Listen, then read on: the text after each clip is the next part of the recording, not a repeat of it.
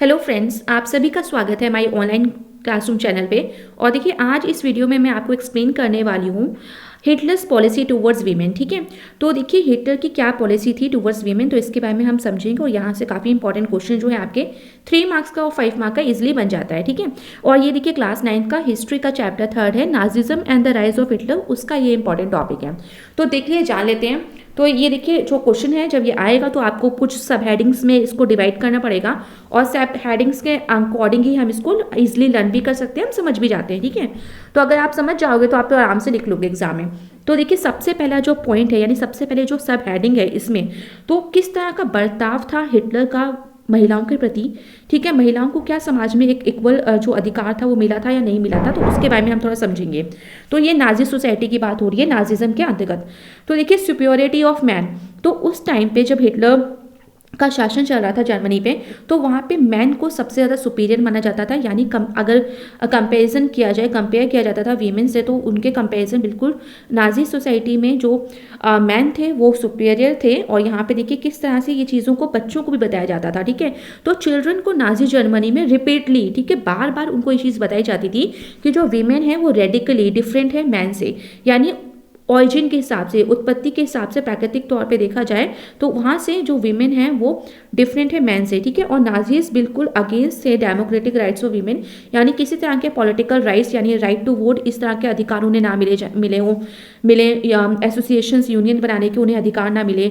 ठीक है, तो यहाँ तक कि हिटलर की तो सोच ये थी कि सिर्फ जो महिलाएं हैं उन्हें सिर्फ घर का काम करना चाहिए, बच्चों को पालन पोषण करना चाहिए, किसी तरह का बाहर की एक्टिविटीज़ उन्हें नहीं करनी चाहिए।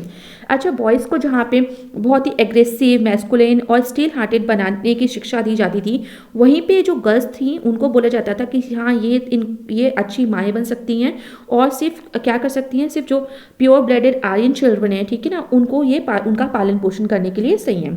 इसके बाद आते हैं रोल ऑफ गर्ल्स। तो गर्ल्स का क्या रोल वहाँ पे था, तो गर्ल्स हैड टू मेंटेन, ठीक है, गर्ल्स को क्या रोल था वहाँ पे, तो गर्ल्स को मेंटेन करनी थी प्योरिटी ऑफ द रेस, यानी जर्मन की जो प्योरिटी है, ठीक है, जर्मन जाति की आप कह सकते हो, तो एकदम प्योरिटी है उसको मेंटेन कर रखें गर्ल्स। और ये किस तरह से मेंटेन करेंगी, तो ये मेंटेन करेंगे distance themselves from the Jews, तो जो ज्यूज थे उनसे थोड़ा दूरी बना के रखें, बिल्कुल उनसे दूर रहें।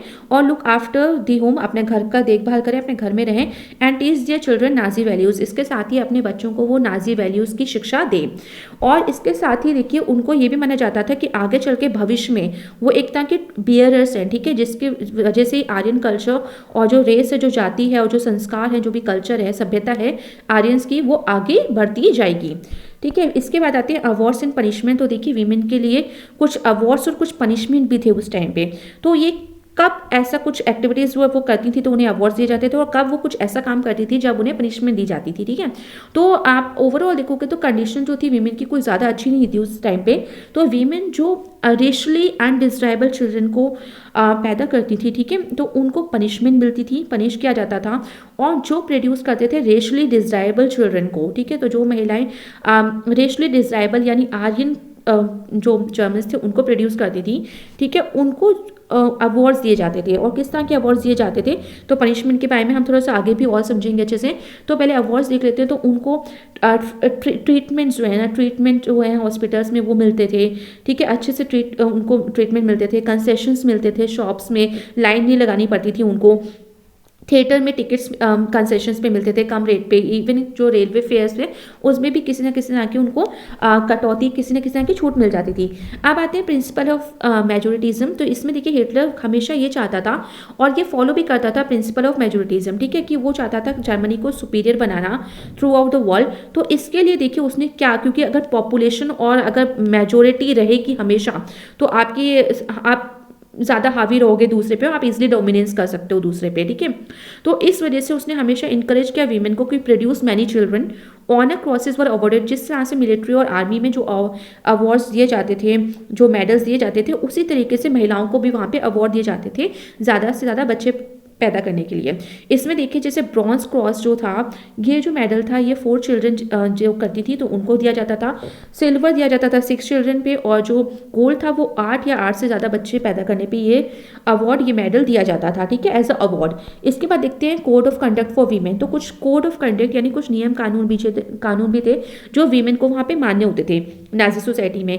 और there was a code of conduct for all Aryan women, ठीक है, ये देखिए सारी इसकी सारी जितनी भी आर्यन वीमेन थी उनके लिए कोड ऑफ कंडक्ट था।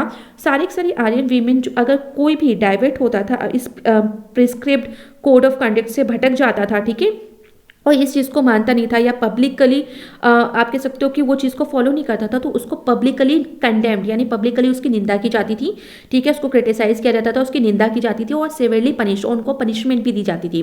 अच्छा, किस तरह की क्या क्या पनिशमेंट यहाँ पे थी, तो देखिए those who maintain contact with the juice, तो जो भी आप कॉन्टेक्ट यानी कुछ भी रिश्तेदारी या कुछ भी रखती थी, संबंध रखती थी ज्यूस से, तो उनको किस तरह की सज़ा मिलती थी, ठीक है, पोल से और रशियन से वर परेडेड, ठीक है, तो इनसे अगर वो किसी तरह के संबंध या किसी तरह के रिश्ते रखती थी तो उनको परेड किया जाता था, उनको परेड किया जाता था टाउन्स में, और शेव्ड हेड्स, ठीक है, उनके जो बाल थे वो काट दिए जाते थे गंजा करके, और उनके मुंह को काला करके, और इवन उनके गले में प्ले कार्ड्स को हैंग किया जाता था जिसमें लिखा जाता था ये चीज़ कि मैंने जो देश की जो कह सकते हो कि देश के जो ऑनर था, ठीक है, उसको धूल में मिला दिया, ठीक है, सूलेट मतलब धूल में मिला दिया।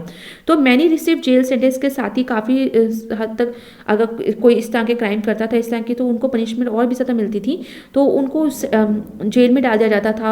लॉस सिविक ऑनर, किस तरह का सिविक ऑनर जो था उनका लॉस्ट हो जाता था पूरा का पूरा, साथ ही उनके हस्बैंड्स और उनकी फैमिलीज़ को भी इस तरह के क्रिमिनल ऑफेंस को, इस तरह की पनिशमेंट को झेलना पड़ता था। तो आई होप ये जो चैप्टर का टॉपिक था ये आपको अच्छे समझ में आ गया होगा।